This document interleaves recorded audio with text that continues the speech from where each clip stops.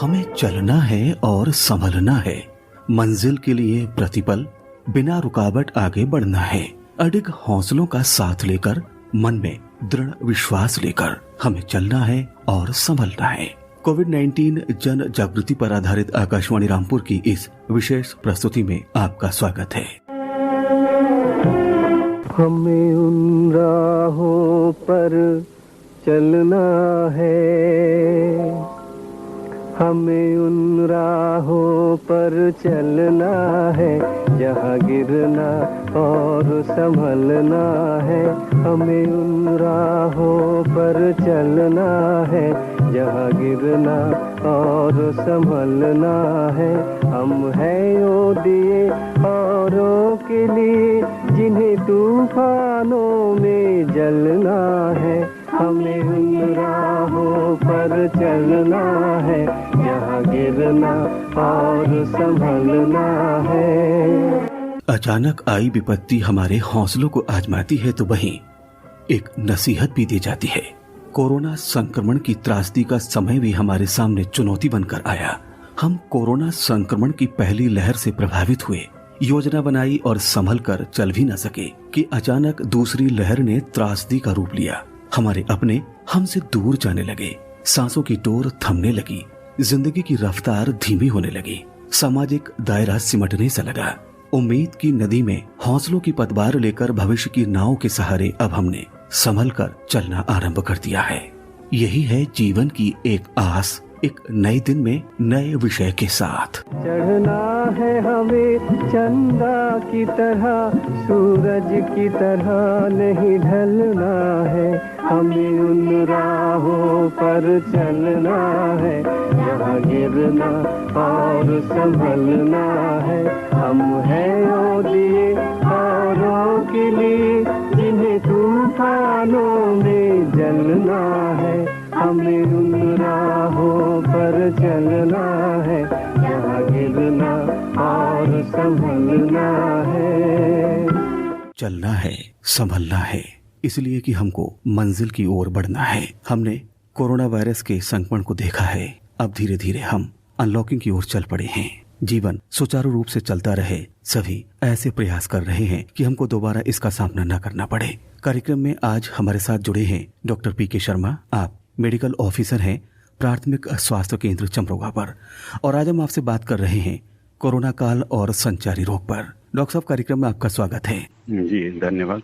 Doctor साहब, Covid guideline की अगर हम बात करते हैं वर्तमान दौर में, हमने इसके रहते हुए कोरोना वायरस के संक्रमण के खिलाफ जंग लड़ी और अब हम धीरे धीरे जीत रहे हैं। आगे हमें इसके संक्रमण का सामना ना करना पड़े, किस तरह के हमको प्रयास करने हैं?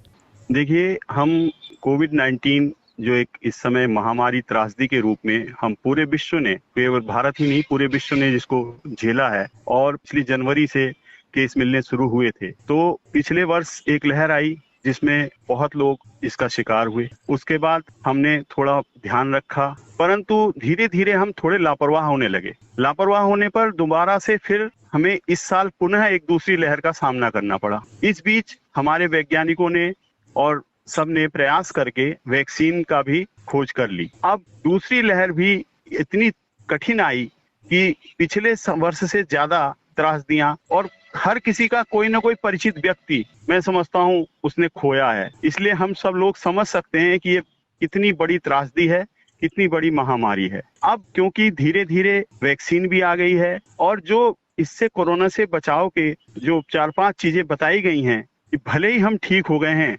हमने वैक्सीन भी लगा ली है, परंतु हमें संभल के चलना है, तभी चल पाएंगे। चलना है पर संभल के चलना है। क्या कि देखिए, हमें मास्क जरूरी है, चाहे हम वैक्सीन लगा चुके हों तब भी मास्क जरूरी है। दूसरा, 2 गज की दूरी है जरूरी, वो भी जरूरी है। इसके अलावा हमें कोई भी भीड़ भाड़ वाले स्थान पर जाने से बचना है। जहां अनावश्यक लोग इकट्ठे हो रहे हैं वहां नहीं जाना है, क्योंकि हमें पता नहीं कि कौन आदमी कैसा है? तो ऐसी जगह पर जाने से बचना है। तो हमें चलना तो है पर संभल के चलना है, तभी हम बच पाएंगे। देखिए, ऐसा होता है, बहुत अच्छे खेत की फसल हो रही है, बहुत अच्छी हो रही है, पर उसके बराबर में बीमारी है, तो हमें उस फसल की भी केयर करनी पड़ेगी। ऐसे ही हमने अगर टीका लगा भी लिया है, परंतु हम सोचते हैं कि हमने तो वैक्सीनेशन कर लिया, अब हम सुरक्षित हो गए। ऐसा कुछ नहीं है। सुरक्षित आदमी टीकाकरण के बाद भी 70% होता है, और वो भी तब जब ऐसे लोगों के संपर्क में ना आए।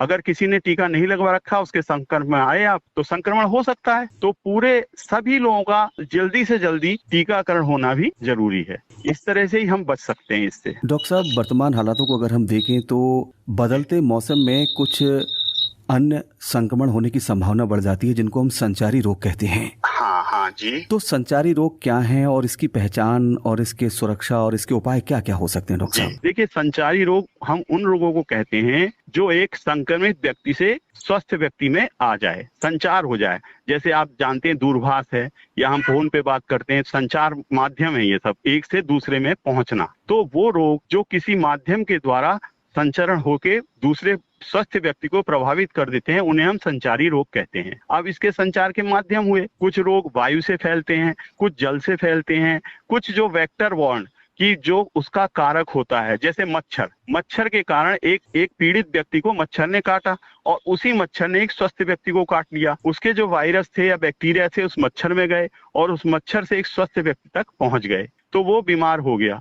तो ऐसे रोगों को हम संचारी रोग कहते हैं। और ये जो मौसम बदलता मौसम होता है, इस समय बरसात का मौसम आ रहा है, तो ऐसे में संचारी रोग होने की संभावना ज्यादा होती है, क्योंकि हमारी इम्यूनिटी वीक होती है, हम उतना अच्छा भोजन भी नहीं कर पाते हैं, डाइजेशन भी अच्छा नहीं होता है। ऐसे में हमें कोई भी रोग बहुत जल्दी पकड़ लेता है। तो हमें इस समय अपना स्वास्थ्य का विशेष ध्यान रखना। डॉक्टर साहब, संचारी रोग की श्रेणी की अगर बात करें तो इसमें कौन कौन सी बीमारियां आती हैं? जी, इसमें देखिए, हम यहाँ पर मुख्य रूप से मच्छर, क्योंकि आजकल मच्छर जनित बीमारियों के बारे में आपसे चर्चा करना चाहूंगा, क्योंकि डेंगू है, फाइलेरिया है, चिकनगुनिया है, और कालाजार है, मलेरिया है, और जापानीज इंसेफेलाइटिस, ये सब बीमारियां मच्छरों के कारण होती हैं। इसके अलावा पानी से फैलने वाले रोगों में हैजा है, टाइफाइड है, ये पानी से फैलते हैं दूषित जल से। इस समय मेनली हमारा फोकस ये है, हमारा ध्यान इस पे रहे कि मच्छर जनित बीमारियां न फैल पाएं। मच्छर नहीं पनपेंगे तो हम बीमार नहीं होंगे। डॉक्टर साहब, इसके लिए हम क्या उपाय करें ताकि इन बीमारियों से हम बच सकें, अपने आप को बचा सकें? जी, देखिए, हमने बताया है ना कि इसमें जो है हमें क्या करना है कि मच्छर से बचने के लिए सबसे जरूरी है कि जो भी ऐसे स्थान हैं जहां पर पानी इकट्ठा हो रहा है, जैसे हमारे घर में ही कूलर है, या ऊपर छत पे कबाड़ का कोई टायर, ट्यूब, बोतलें खाली पड़ी हुई हैं, उनमें पानी इकट्ठा हो रहा है, उनमें मच्छर पनपेंगे। तो उन मच्छरों को हमें नहीं होने देना है। तो हमें नियमित रूप से वहां की सफाई करनी है। सफाई में ध्यान रखेंगे कि अच्छी तरह सफाई करें, और या कोई ऐसा स्थान है जहां का पानी हम नहीं हटा सकते, तो वहां थोड़ा पेट्रोल या मिट्टी का तेल डाल दें उस गड्ढे में, या गड्ढा है तो उसे पाट दें। तो अपने आसपास का वातावरण मच्छर से बचाएं। इसके अलावा हम अपने व्यक्तिगत रूप से भी पूरी आस्तीन के कपड़े पहने, जिससे मच्छर ना काटें। ऑयल वगैरह इस्तेमाल करते हैं, उससे भी किसी को एलर्जी हो जाती है। तो सबसे अच्छा प्रयोग है मच्छरदानी का प्रयोग करें, और आसपास गंदगी या कूड़ा इकट्ठा ना होने दें। इन सब चीजों का हम ध्यान रखें जिससे मच्छर ना पनपे। डॉक्टर साहब, एक अहम बात यहाँ पर यह आती है कि अधिकतर बीमारियों की अगर जड़ में देखा जाए तो दूषित पानी होता है। हाँ। और दूषित पानी के चलते भी बीमारियों की संभावना ज्यादा होती है। डॉक्टर साहब, मेरे से पॉइंट छूट गया था कि दूषित जल से बहुत व्याधियां होती हैं। तो और बरसात में अक्सर दूषित हो जाता है जल। तो देखिए, अच्छा होगा कि हम जैसे गाँव में हैं तो हैंड मार्का टू वाले जो पाइप जो बहुत गहरे होते हैं नल, उनका ही पानी पिएं, और उसको भी अगर उबाल के पिएं तो ज्यादा अच्छा है। या क्लोरीन की गोली मिलती है, क्लोरीन की गोली डालें, उससे पिएं, वो पानी पिएं, सबसे अच्छा है। बर्तन को अच्छी तरह साफ सुथरा हो और ढक के रखा जाए हमेशा। और ऐसा नहीं है कि उसमें किसी ने आया, अच्छा हाँ, हाथ धोने पर पूरा ध्यान रखें। हाथ धोने का ध्यान रखेंगे, पता लगा गंदे हाथों से आपने पानी आपका स्वस्थ था, साफ था, पर जिससे मांगा उसके हाथ साफ नहीं थे, उसने अपना दिया और आपने ले लिया, तो आप दूषित हो गए। तो हाथों की सफाई पे और बर्तन पे उसके ढक के रखिए, और किसी बर्तन से निकालिए, और हमेशा साफ सुथरा पानी पीजिए। और कुछ नहीं कर सकते हैं तो कम से कम पानी को उबाल लीजिए, उबाल को ठंडा करके उसको पीजिए, ऐसे पानी ना पीजिए। डॉक्टर साहब, अगर किसी व्यक्ति को इस तरह की संचारी बीमारी हो जाती है तो उपचार के तौर पर उनको प्रारंभिक स्तर पर किस तरह के उपाय करने चाहिए? नहीं, प्रारंभिक तौर पर जब भी कोई लक्षण इस तरह का मिलता है तो सबसे जरूरी है कि हम अपने निकट के स्वास्थ्य केंद्र पर जाएं, क्योंकि वहां पर फिर आपकी जांच होके उसके हिसाब से कि आपको अगर बुखार है तो किस तरह का है, मलेरिया है, डेंगू है या क्या परेशानी है, वो जांच हो जाएगी। फिर उसका समुचित इलाज हो जाएगा, और समुचित इलाज हो जाएगा तो समय से आपको इलाज मिल गया तो आपकी बीमारी बढ़ेगी नहीं। अन्यथा पता चला आपको डेंगू हुआ था, उसमें आपने ध्यान नहीं दिया और कमजोरी बढ़ती चली गई, फिर आप सीरियस हो गए बहुत ज्यादा। तो सबसे जरूरी है कि हम निकटस्थ स्वास्थ्य केंद्र है वहां जाएं, वहां चिकित्सक को दिखाकर और उस हिसाब से उसकी जांच करा के और उसका इलाज कराएं। कोरोना काल में स्वच्छता सबसे महत्वपूर्ण चीज है। उसी के साथ हम देख रहे हैं कि संचारी रोगों का संक्रमण ना होने पाए, इसमें भी स्वच्छता सबसे महत्वपूर्ण भूमिका निभा रही है। तो ऐसे लोग जो इस वक्त आपको आकाशवाणी रामपुर के माध्यम से सुन रहे हैं, उनसे आप क्या कहना चाहेंगे? मैं उनसे यही कहना चाहूंगा कि जैसे हमने आपसे भी कहा कि संचारी रोगों से बचने के लिए हमें ऐसे उपाय करने हैं कि मच्छर ना पनपे। मच्छर ना पनपे मतलब आसपास के गड्ढे ना हो, पानी ना इकट्ठा हो। अब देखिए हमें इसके लिए काम करना है। काम करने के लिए ये ना हो कि हम कोविड के नियम भूल जाएं। कोविड के नियमों को हमें ध्यान रखना है, क्योंकि कोविड बहुत बड़ी त्रासदी है। अगर हमने एक भीड़ इकट्ठा कर ली और हम चल दिए कि हमें सब आज आसपास के गड्ढे पाटने हैं, और पता चला हमने वो गड्ढे तो पाट दिए पर हमने कोविड ले लिया किसी पीड़ित से। तो हमें जो भी कार्य करना है संभल के चलना है। हमें ध्यान रखते हुए दूरी, 2 गज की दूरी, मास्क है जरूरी, इन सब बातों का ध्यान रखते हुए ही और अपने कार्यकलापों को हमें इस चीज का पूरी तरह से पालन करते हुए ही करना है। हमें सब काम करने हैं, पर हमें जो कोविड के जो सामान्य नियम हैं उनको नहीं भूलना है। अगर उनको भूल गए तो पता चला हमारी और कंडीशन खराब होती चली जाएगी, हम ध्यान नहीं रख पाएंगे तो और त्रासदी और बढ़ेगी। तो जितनी भी आवश्यकता है उस चीज को ध्यान रखते हुए कहीं भीड़ में ना जाएं, भीड़ वाले स्थान पर ना जाएं। और अगर हम जरा भी पीड़ित होते हैं, हमें कोई भी लक्षण दिखाई देता है, हमें सांस में तकलीफ है या बुखार बढ़ रहा है या दर्द है, तो तुरंत अपनी जांच कराएं और अपने को अलग रख लें, आइसोलेशन में चले जाएं और अपने जो आपके संपर्क में व्यक्ति आए थे उन सब की भी जांच कराएं। क्योंकि जितनी जल्दी जांच होके पता चल जाएगा तो वो उससे उपाय बचाएंगे। और साथ ही साथ टीकाकरण पे भी पूरा ध्यान दें। जितनी जल्दी टीकाकरण हो जाएगा तो हम स्वयं तो सुरक्षित होंगे ही, अपने आसपास के समाज को भी सुरक्षित करेंगे।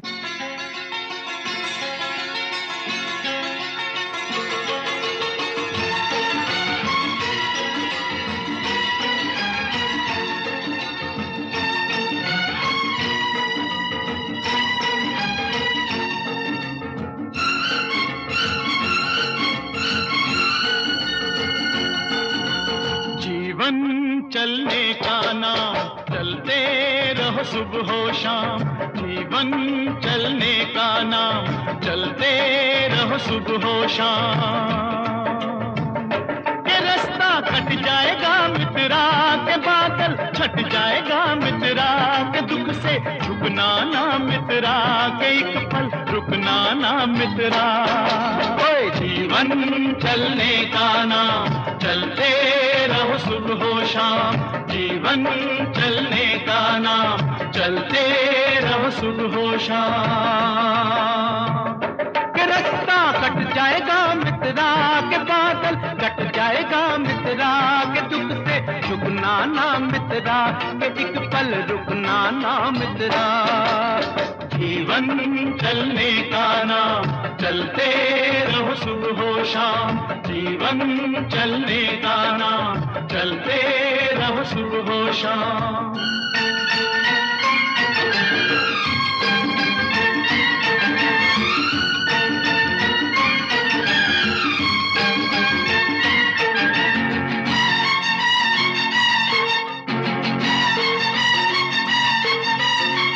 जीवन से हार मानता उसकी हो गई छुट्टी, नाक चढ़ा कर कहे जिंदगी तेरी मेरी हो गई कुट्टी।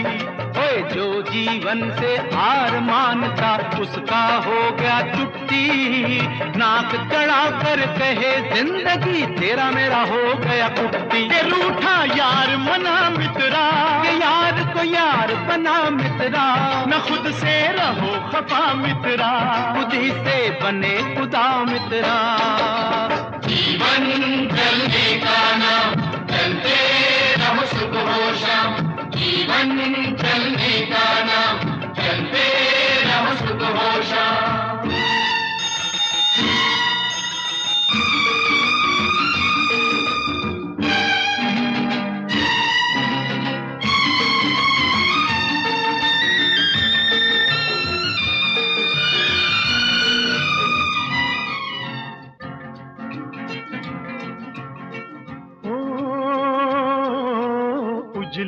उजली भोर सुनाती तुतले तुतले बोल, उजली उजली भोर सुनाती तुतले तुतले बोल।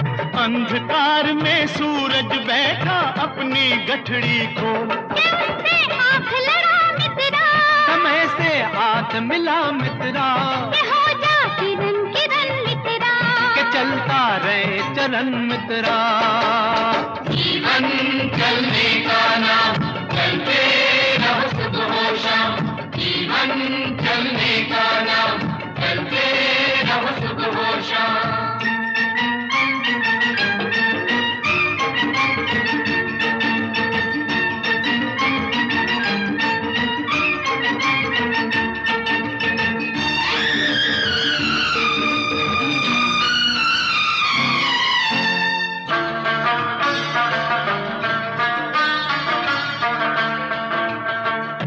चली शाम के रंग महल में, तपती हुई दोपहरी, मिली गगन से साज की लाली, मिली गगन से साज की लाली, लेकर रूप सुनहरी। रात बिखर जाएगी मित्रा, के बात निखर जाएगी मित्रा, के सूरज चढ़ जाएगा मित्रा, काफिला बढ़ जाएगा मित्रा। जीवन चलने का नाम, चलते रहो सुबह हो शाम। जीवन चलने का नाम, चलते रहो सुबह हो शाम।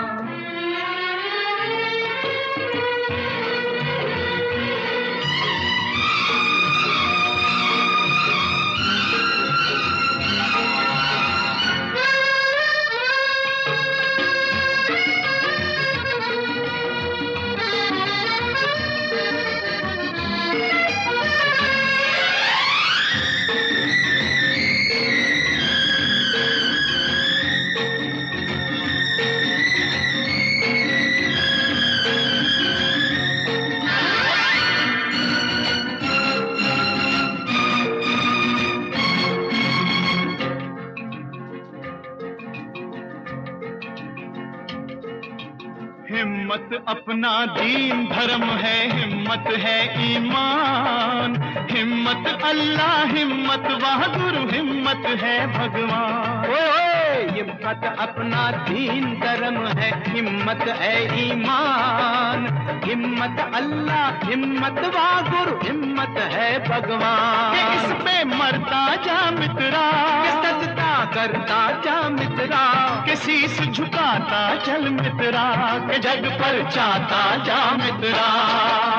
जीवन चलने का नाम, चलते रहो सुबह हो शाम। जीवन चलने का नाम, चलते रहो सुबह हो शाम। ये रास्ता कट जाएगा मित्रा, के बादल छट जाएगा मित्रा, के जुग से झुकना ना मित्रा, के एक पल रुकना ना मित्रा। जीवन चलने का नाम, चलते रहो सुबह हो शाम। कोरोना काल और संचारी रोग, इस विषय पर अभी बड़ी महत्वपूर्ण जानकारी दी डॉक्टर पीके शर्मा जी ने। आप प्राथमिक स्वास्थ्य केंद्र चमरोवा रामपुर में मेडिकल ऑफिसर के पद पर कार्यरत हैं। कार्यक्रम से जुड़ने के लिए और महत्वपूर्ण जानकारी के लिए आपको बहुत बहुत शुक्रिया, बहुत बहुत आभार। हमें उन राहों पर चलना है जहाँ गिरना और संभलना है। हम हैं वो दिए औरों के लिए जिन्हें तूफानों में जलना है। हमें उन राहों पर चलना है जहाँ गिरना और संभलना है। ये वक्त है संभलने का, उठ खड़े होकर नए अंदाज में चलने का। कठिन घड़ी है, मुश्किल बड़ी है। कोरोना वायरस की पहली और दूसरी लहर की त्रासदी का हमने सामना किया है। कोरोना वायरस की तीसरी लहर से हम सभी सुरक्षित रहें, इस तरह के प्रयास हमें करने हैं। कोविड गाइडलाइन का पालन करना है, मास्क का प्रयोग करना है, सोशल डिस्टेंस को मेंटेन रखना है, ना तो भीड़ वाली जगह जाना है और ना ही भीड़ का हिस्सा बनना है। नमस्कार, क्या आपने वैक्सीनेशन करवाया? स्वागत संबोधन के साथ क्या आपने वैक्सीनेशन करवाया वाक्य को एक मुहिम और अपील की तरह सब तक पहुंचाना है। सफाई, दवाई और कड़ाई, तभी जीतेंगे हम कोरोना से लड़ाई। कोविड-19 जन जागृति पर आधारित आकाशवाणी रामपुर की इस विशेष प्रस्तुति में आज का सफर बस यहीं तक। आकाश से आती है ये सदा, हम आए अगर तो जीना जला। आकाश से आती है ये सदा, हम आए अगर तो जीना जला। कभी हम है यहाँ, कभी है खुशियाँ, हर हाल में हमको पलना है। हमें उन राहों पर चलना है जहाँ गिरना और संभलना है। हम हैं वो दिए औरों के लिए, जिन्हें तूफानों में जलना है। हमें उन राहों पर चलना